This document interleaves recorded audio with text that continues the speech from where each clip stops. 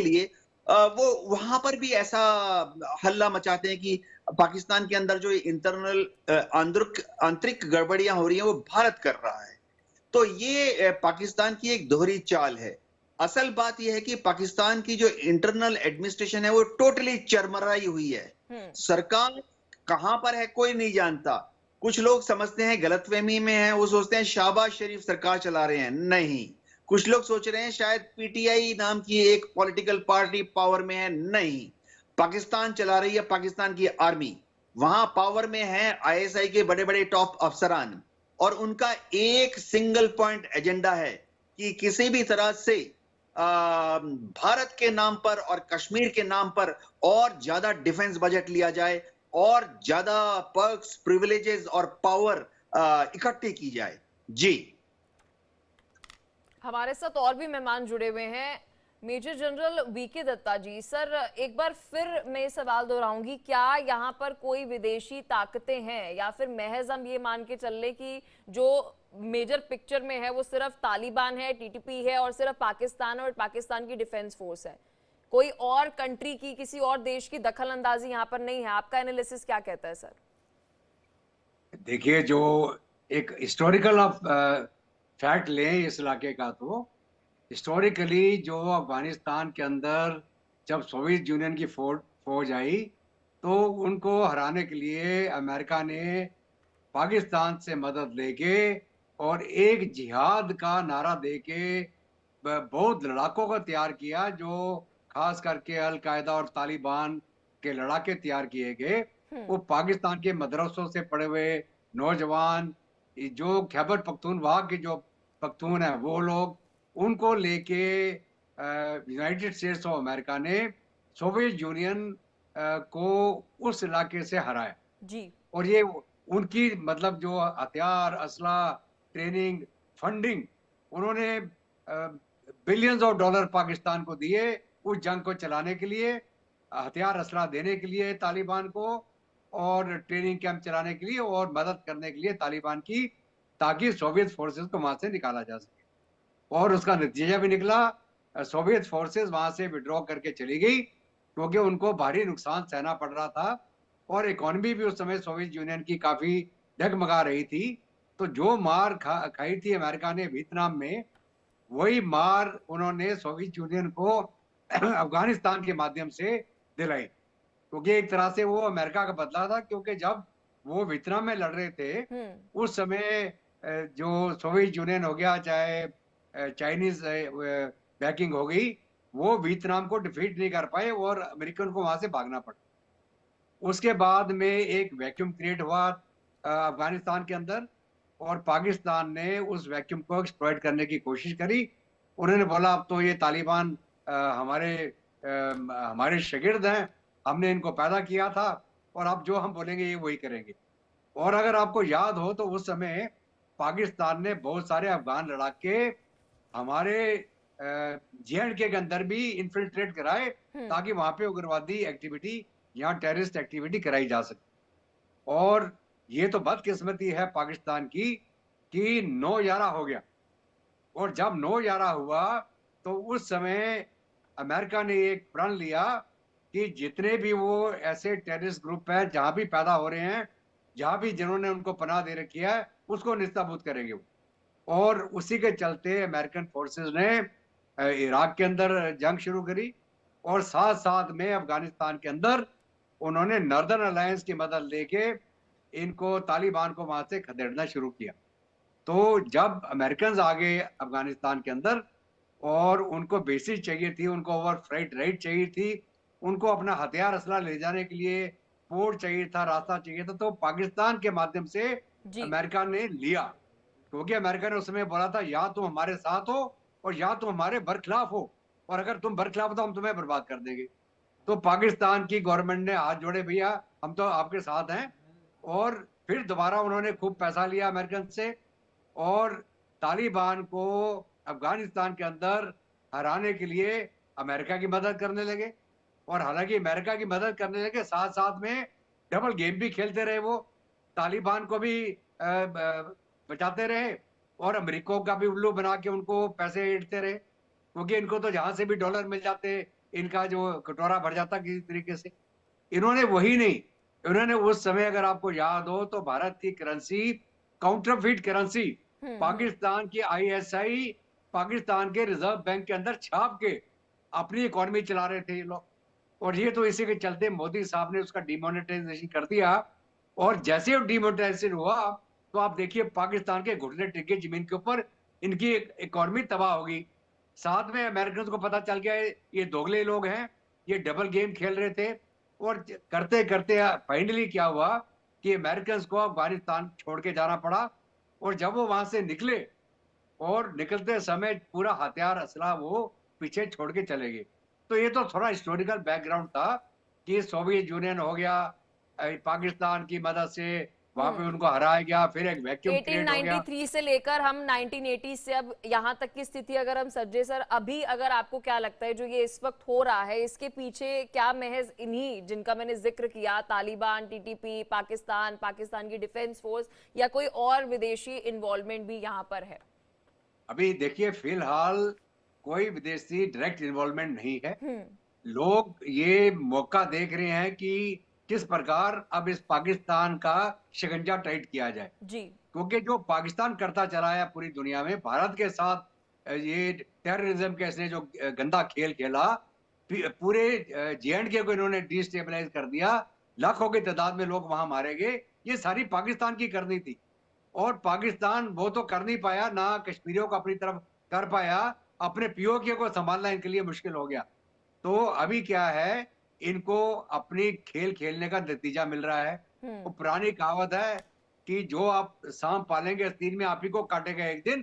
अभी इनका वो हाल हो गया है कि इनके पाले हुए सांप इन्हीं को काटेंगे। और कसवर आज के दिन में कलासरा हमारे साथ वरिष्ठ पत्रकार हैं पाकिस्तान से। सर, क्या लगता है यहाँ पर तालिबान को लेकर पाकिस्तान की मिस कैलकुलेशन है, या फिर जिस तरह से मैं मेहमानों के साथ और जिक्र कर रही हूँ डिफेंस एक्सपर्ट्स के साथ, ये वो बीज है जो पाकिस्तान ने बोया है और उसका फल जो है वो पा रहा है? देखिए, इसमें दोनों चीजें हैं। अब जो जो आपका क्वेश्चन है उसमें एक मिसकैलकुलेशन भी है। जिस तरीके से मैं भी और साफी मुस्तशार हूँ, हम भी यही समझ रहे थे। जिस तरह हमारी ब्रीफिंग हो रही थी वहाँ पे फॉरेन ऑफिस में, हम भी अटेंड करते रहे उसको। और आईएसआई की जिस तरह बात हो रही है उनके साथ भी हम मिलते जुलते हैं। तो मैं ये सारे बैकग्राउंड में मैं आपको ये बात बोल सकता हूँ कि मिसकैलकुलेशन हो, क्योंकि पाकिस्तान में शादियाने बाज रहे थे कि जब 2021 में तालिबान की गवर्नमेंट आई है तो मेरा ख्याल है कि Pakistan was one of a very few capital जहां पर मिठाइयां बांटी गई कि आप जो है ना पाकिस्तान की जो वेस्टर्न बॉर्डर है वो सिक्योर हो गई है। लेकिन उसके बाद हमने देखा कि तारीख की बदतरीन पाकिस्तान के अंदर वो टेररिज्म हुई है। आज को आप देख लें कि बलूचिस्तान में कंटिन्यूएशन है। एक 6 लोगों की शहादत हुई है, एक पुलिस अफसर बहुत बुरे तरीके से घायल है, और ये कंटिन्यू हो रहा है काफी अरसे से। और इसी तरह से जो हमारी एक फ्रंट लाइन है, मतलब कुरम में आप देख लें कि 2 कबाइल की एक जंग थी, लेकिन उसके अंदर भी वहां पे जो early in the morning today वहां पे एक डिप्टी कमिश्नर जो है अभी क्रिटिकल सिचुएशन में मौत और जिंदगी की जंग लड़ रहा है।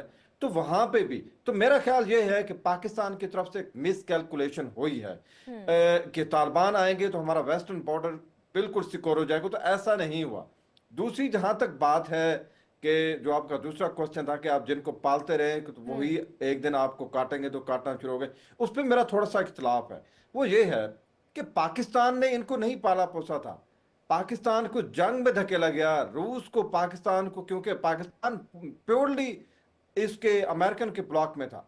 अब रशिया को जब शिकस्त देनी थी तो पाकिस्तान मिसयूज हुआ है, जिसे आप इमोशनली ब्लैकमेल कर सकते हैं। इकोनॉमी की साइड पे तो पाकिस्तान ने कभी आज तक सोचा ही नहीं। इस पॉइंट के ऊपर मैं अपने जो ऑनरेबल यहाँ पर पैनलिस्ट बैठे हुए हैं उनकी बात बिल्कुल दुरुस्त है। पाकिस्तान की इकोनॉमी 47 से लेकर अब तक हम हमेशा ही सुनते आ रहे हैं। अब मुझे मेरा जर्नलिज्म हो गया है 23rd ईयर का, 23 साल हो गए, 23 ईयर कि पाकिस्तान को हमने हमेशा ही नाजुक मोड़ से गुजरते हुए देखा है। 23 साल के जर्नलिज्म में मैं तो उसको देख रहा हूँ। वजह क्या है? वजह यह है कि जब आपकी पॉलिसीज ठीक नहीं है, आप जब तक अपने पांव पे खड़े होने की पॉलिसी भी नहीं अपनाएंगे तो तब तक आके मसाइल होंगे। पाकिस्तान की मैं बिल्कुल इसको खत्म कर रहा हूँ। पाकिस्तान का एक नहीं सर, मैन्युफैक्चरिंग यहाँ पर फॉल्ट मैं है। आपकी बात नहीं समझी। आप अपनी पहली बात में ये बात कह रहे हैं कि वेस्टर्न बॉर्डर्स जो हैं वहां पर खुद को सुरक्षित रखने के लिए, अपने बॉर्डर्स को सुरक्षित रखने के लिए आपने तालिबान जो है, और वहां पर हमने देखा कि एक तरीके से जो अफगान है उनको ट्रेन किया जाता था, ये खबरें जो है वे सामने आती थी, जग जाहिर है ये चीजें। और वहीं आप दूसरा जब मेरे सवाल का जवाब दे रहे हैं तो आप कह रहे हैं कि नहीं, हमने तो बिल्कुल कोई संरक्षण किया ही नहीं आतंकियों का। आप कैसे डिनाई कर सकते हैं? नहीं, बिल्कुल नहीं। आप शायद गलत समझी हैं। मैंने उसको डिफेंड नहीं किया। पाकिस्तान पार्टी बना था तालिबान को बनाने में। मैंने बिल्कुल ऐसी बात नहीं की कि जो पाकिस्तान को मैंने साइड पे रख लिया। मैं एक इंडिपेंडेंट जर्नलिस्ट हूं। मैं आपको नहीं कह रहा कि पाकिस्तान का इसके अंदर रोल नहीं है। पाकिस्तान पार्टी था। जब अमेरिकन रशियन के खिलाफ लड़ रहे थे तो पाकिस्तान के पास ऑप्शन थी, जिस तरह इंडिया के पास ऑप्शन थी कि अपनी लड़ाइयां खुद जाके लड़े, हम आपकी लड़ाइयों में क्यों अपना सर घुसेड़े। तो पाकिस्तान कर सकता था, लेकिन पाकिस्तान पार्टी बना। इनको कोई शक नहीं है इसमें कि पाकिस्तान का जो वेस्टर्न बॉर्डर था, पाकिस्तान का जो रीजन था अफगानिस्तान बॉर्डर के ऊपर, वहां पे बहुत ज्यादा सेंचुरीज बनाएंगी। बाकायदा इनकी ट्रेनिंग होती रही है। और जियाउल हक के दौर में, जनरल जियाउल हक के दौर में, ये पाकिस्तान वॉलंटरीली अपने प्लस माइनस देखे इस जंग में शरीक हुआ। और पाकिस्तान बिल्कुल ये नहीं कह सकता कि जी तालिबान का हमारे साथ कोई वास्ता नहीं है, हमने इनको नहीं बनाया। बिल्कुल नहीं। तालिबान की मैन्युफैक्चरिंग में पाकिस्तान का हाथ है। अगर आपको जो हो सकता है कि आपको थोड़ी सी कंफ्यूजन हुई हो, मेरे पैनलिस्ट बैठे हुए उनको तो बैकग्राउंड भी यही है। पाकिस्तान किसी भी पॉइंट पे ये नहीं कह सकता कि मेरा तालिबान बनाने में कोई किरदार नहीं था। यहां पर जनरल साहब ने एक बड़ी बेखूबसूरत बात की। इसमें कोई शक नहीं है कि इस्लामाबाद में बैठ के मैं आपको बता रहा हूं कि हम अपने आप को ब्रीजुमा करार नहीं दे सकते। पाकिस्तान के जो मदरसे थे वो सेंचुरीज बने थे, वो एक क्या कहते हैं नर्सरी बने थे। पाकिस्तान किसी साइड पे ये नहीं कह सकता जी हमारा उनके साथ ताल्लुक नहीं है। अब भले उनकी पॉलिसीज जो भी हों, मैं आपको बताऊं, पाकिस्तान की फौज, पाकिस्तान की लॉ एनफोर्समेंट एजेंसी जिसमें पुलिस है, फेडरल इन्वेस्टिगेशन एजेंसीज है, तालिबान के निशाने के ऊपर है। सवात एक दौर में कट गया था पाकिस्तान के हिस्से से। हमें ऐसे लग रहा था कि शायद सवात जो है, जिसको स्विट्जरलैंड कहते थे पाकिस्तान का, उसमें इतनी ज्यादा इन्फेस्टेशन हो गई थी कि हम उसे समझने लगे थे कि शायद ये कभी पाकिस्तान का हिस्सा नहीं आएगा। बलूचिस्तान को हम समझने लगे थे। ब्लेम गेम भी होती रही है, इसमें कोई शक नहीं है। मैं ज्यादा डिटेल में नहीं जाऊंगा। तो पाकिस्तान का हिस्सा रहा है। अब पाकिस्तान का सबसे बड़ा जो प्रॉब्लम है, लाहौर दिल है पाकिस्तान का, वो तालिबान के निशाने के ऊपर है। कराची में हम देखते रहे हैं।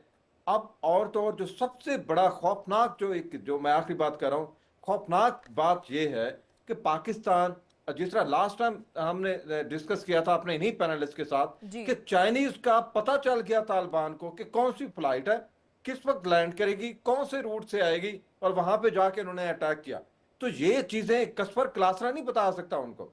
ये चीजें शो करती है कि इनकी इन्फिल्ट्रेशन है पाकिस्तान के लॉ एनफोर्समेंट एजेंसीज में भी। देवनाथ जी देखिए सर, अब हम तालिबान और साथ ही जब हम जिक्र कर रहे हैं, टीटीपी का भी जिक्र कर रहे हैं, पाकिस्तान के साथ साथ हम वहां पर डिफेंस मिनिस्टर तक का जिक्र कर रहे हैं, वहां पे आर्मी का जिक्र कर रहे हैं, क्या लगता है कौन किस पर ज्यादा हावी नजर आ रहा है? क्या तालिबान कुछ बड़ा प्लान कर रहा है इस वक्त? देखिए, आईएसआई और पाकिस्तान की आर्मी हमेशा ये कोशिश करेगी कि कंधार में, अफगानिस्तान में जो तालिबान है वो उनके साथ दोस्ताना व्यवहार करे। पाकिस्तान बहुत कोशिश कर रहा है कि कंधार में तालिबान के ऊपर उनका इन्फ्लुएंस हो जाए। जो हक्कानी ग्रुप थी उसके थ्रू उन्होंने बहुत कोशिश की थी कि तालिबान की सरकार में एक हिस्सा हक्कानी ग्रुप का भी हो। हुआ नहीं। लेकिन तालिबान रूल के दौरान, हाँ, तालिबान रूल के दौरान हुआ ये कि पाकिस्तान ने शायद जरूरत से ज्यादा दबाव डाल दी डूरन लाइन के उस तरफ। मेरा ये आकलन है कि पाकिस्तान के जो लीडरान हैं, खासतौर से उनकी जो आर्मी के सीनियर ऑफिसर्स हैं, उनमें लॉन्ग टर्म स्ट्रेटेजिक ऑब्जेक्टिव की कमी है। हिंदी में कहते हैं दूरदृष्टिता की कमी। डूरन लाइन के ऊपर जो स्कर्मिश हुई है ठीक है, लेकिन उसके बाद जब उन्होंने कंट्रोल करना था तो उन्होंने पाकिस्तान की आर्मी, रेंजर्स, जो फ्रंटियर कॉन्स्टेबलरी है, उसका इस्तेमाल करते हुए डूरन लाइन के इस तरफ या डूरन लाइन तक अपना जमीन पर कब्जा करना था। लेकिन उन्होंने थोड़ी गलत फहमी में आके अपनी एयरफोर्स का इस्तेमाल कर लिया, जो कि डूरन लाइन के उस तरफ जाकर अफगानिस्तान में हमला कर चुकी। तो मेरे ख्याल से पाकिस्तान ने काफी समय के लिए तालिबान, टीटीपी को भी मैं उसी का एक ऑफशूट मानता हूं, क्योंकि इनको सपोर्ट, हथियार, फंडिंग, ट्रेनिंग और मोरल सपोर्ट, फिलॉसफी इनकी कंधार से ही ओरिजिनेट होती है। हेरात चाहिए, कंधार में जाइए, बहुत सपोर्ट मिलता है टीटीपी को। तो पाकिस्तान ने अपने शॉर्ट टर्म पॉलिटिकल गेन के लिए जो एयर स्ट्राइक की है, मेरे ख्याल से उन्होंने कहते हैं ना, जहां 1 किलो का हथौड़ा है वहां 10 किलो का हथौड़ा इस्तेमाल कर लिया। जी, क्या आप कह सकते हैं कि तोप पे मक्खी का शिकार। लेकिन यहाँ पर मैं एक बात आपसे समझना चाहूंगी यूके देवनाथ जी, यहाँ पर आपको कोई आइडियोलॉजिकल डिफरेंसेस भी दिख रहे हैं कि कहीं ना कहीं जो ये पूरी लड़ाई होते हुए नजर आ रही है, स्ट्राइक होते हुए नजर आ रही है, इस पूरी अगर मैं लाइन की बात करूं, यहाँ पे कोई आइडियोलॉजिकल डिफरेंसेस भी हैं जिसकी वजह से टीटीपी के साथ? जी हाँ, टीटीपी के साथ पाकिस्तान की एडमिनिस्ट्रेशन का बहुत बड़ा आइडियोलॉजिकल डिफरेंस है। देखिए, हम चाहे कुछ भी बोल लें पाकिस्तान के बारे में, पाकिस्तान की एस्टेब्लिशमेंट के बारे में, लेकिन कुल मिला के पाकिस्तान की फौज जो है वो थोड़ा मॉडरेट है, मॉडर्न है, आउटलुक में काफी खुले दिमाग वाले लोग हैं। जब वो मैं उनकी सोशल थिंकिंग के बारे में बात कर रहा हूं, जबकि टीटीपी के लोग जो हैं, तालिबान के लोग हैं, वो अभी तक इस्लाम की जो एक बहुत अजीब सी शरीयत की जो बहुत स्ट्रिक्ट इंटरप्रिटेशन है उसको फॉलो कर रहे हैं। तो इस मामले ज्यादातर मुस्लिम देशों में आप देखेंगे कि आर्मी जो है मिडिल ऑफ द लाइन चलती है, मॉडरेट होती है, थोड़ा सा नरमपंथी होती है। ज्यादातर मुस्लिम कंट्री में आप देखेंगे आर्मी इस्लाम की जो एक्सट्रीम रिलीजियस टीचिंग्स होती है उसको अवॉइड करती है। तो टीटीपी इसलिए उसका तरकार हो जाता है। जी, मेजर जनरल वीके दत्ता जी, यहाँ पर मैं कोट करना चाहूंगी, जुलाई महीने की बात है, पाकिस्तान की डिफेंस मिनिस्टर जो है ख्वाजा आसिफ जी ये बात कर रहे हैं, कोट कर रहे हैं मैं उनकी बात को, पाकिस्तान जो है वह मिलिट्री ऑपरेशंस जो है टेररिज्म को काउंटर करने के लिए अफगानिस्तान में करेगा। ये बात पाकिस्तान की तरफ से कही जा रही है, हजम नहीं हो रही सर। बिल्कुल, देखिए ऐसा है कि इन्होंने बहुत सारे बड़े बड़े ऑपरेशन चलाए। आपको याद होगा पहले इन्होंने बलूचिस्तान में एक बहुत बड़ा ऑपरेशन चलाया था जिसके अंदर नवाब भुक्ती को भी इन्होंने मार दिया था उस समय। और इन्होंने बड़ी बेरहमी से वह सिविलियंस का अत्याचार किया, हजारों की तादाद में नौजवानों को गायब कर दिया पाकिस्तान की फौज ने, और ह्यूमन राइट वायलेशन का इनको कोई फर्क नहीं पड़ता। और उसके बाद फिर इन्होंने बोला साहब अभी हम जो टीटीपी ये कार्रवाई कर रही है और जो सी पैक के ऊपर हमले हो रहे हैं, हम उसको चलते अभी एक बहुत बड़ा ऑपरेशन चलाएंगे, काउंटर टेररिस्ट ऑपरेशन। तो ये जो जुलाई के महीने में इन्होंने मुहिम चालू करी थी, थोड़े बहुत इन्होंने ऑपरेशन करे भी, लेकिन उसके बाद में जो इनको मार पड़नी शुरू हुई बीएलए द्वारा, जो बलूच लिबरेशन आर्मी द्वारा और टीटीपी द्वारा, तो अगर आप एक साल का ही आंकड़ा लेके चले तो हजारों की तादाद में पाकिस्तानी सैनिक जो हैं, सिक्योरिटी फोर्स के जवान मारे गए हैं इन ऑपरेशंस में, मतलब टेररिस्ट अटैक्स में मारे गए हैं। लेकिन यहाँ पर मेजर जनरल वीके दत्ता जी, मैं चाहूंगी आप इस पर थोड़ी सी रोशनी डालिए सर, कि ये क्या कारण रहा होगा कि आप एक समय पे तो टीटीपी को सपोर्ट कर रहे हैं और आप चाह रहे हैं कि वहां पर तालिबान की सरकार जो है वह आए, उनका रूल वहां पर आए, और एकदम से आप खुले मंच पर ये बात कह रहे हैं कि जी देखिए हम तो इस रीजन के अंदर बहुत जल्द जो है मिलिट्री ऑपरेशंस जो है करने जा रहे हैं काउंटर टेररिज्म के लिए। इसके पीछे की मैथ क्या है सर? देखिए, ये जो चाइना का इन्वेस्टमेंट हो रखा है ये पूरे कॉरिडोर के अंदर, जो चाइना पाकिस्तान इकोनॉमिक कॉरिडोर जिसको हम बोलते हैं, जी। और अभी तक वो प्रोजेक्ट पूरा नहीं हो पाया, बहुत जगह पे अधूरे काम छूटे हुए हैं। और जो एयरपोर्ट भी अभी ग्वादर में इंटरनेशनल एयरपोर्ट बना है उसको अभी तक इन्होंने इनॉग्रेट नहीं किया, क्योंकि पाकिस्तान ने चीन से डिमांड कर दी कि आप हमको सेकेंड स्ट्राइक न्यूक्लियर कैपेबिलिटी दे दीजिए जी, और तब हम आपको ग्वादर का ये जो पोर्ट है इस्तेमाल करने देंगे। तो चीन को आंखें दिखाना अच्छा नहीं है, तो चीन ने अभी पाकिस्तान के ऊपर इनडायरेक्टली स्क्रू टाइट करने शुरू कर दिए हैं। और आपको शायद मालूम होगा कि चीन ने चाबहार पोर्ट के माध्यम से ईरान के रास्ते पूरी ट्रेन लोड ऑफ एक मटेरियल भेजा है अफगानिस्तान। ये अभी ये लेटेस्ट खबर है ये। तो अगर पाकिस्तान ने सोचा कि ये जो सी पैक बन रहा अगर नहीं बनेगा तो चीन हमारे उस पे चैरिटी पे रह जाएगा, वो नहीं है। चाइनीज ने ऑलरेडी अल्टरनेटिव मेजर्स लेने शुरू कर दिए हैं। और वो ईरान, क्योंकि ईरान और चीन की भी अच्छी दोस्ती है। अगर आप देखें जो जी। अमेरिका के खिलाफ अभी एक गुट बना हुआ है, उसके अंदर रूस, चीन, ईरान और नॉर्थ कोरिया, ठीक है। तो ये पाकिस्तान के वो उसमें नहीं है। वो चाहते थे कि उनको एक पोर्ट के ऊपर इधर एंट्री मिल जाए और उनको पूरा जो इंडियन ओशन घूम के ना आना पड़े। उनका जो तेल वगैरह या जितना ट्रेड चलता है, इसके कारण वो ग्वादर पोर्ट से एक रोड लिंक बनाना चाह रहे थे चाइना की तरफ, ठीक है। तो अगर अभी पाकिस्तानी उनको सिक्योरिटी नहीं दे पा रहे, उनके चीनी इंजीनियर पे हमले हो रहे हैं, उनके नागरिक मारे जा रहे हैं, तो चीन ने इसको बोला था भैया तुम कंट्रोल करो, नहीं तो हम ये प्रोजेक्ट बंद कर देंगे। उसके चलते इन्होंने फिर बोला हम जी काउंटर टेररिस्ट ऑपरेशन चालू करेंगे।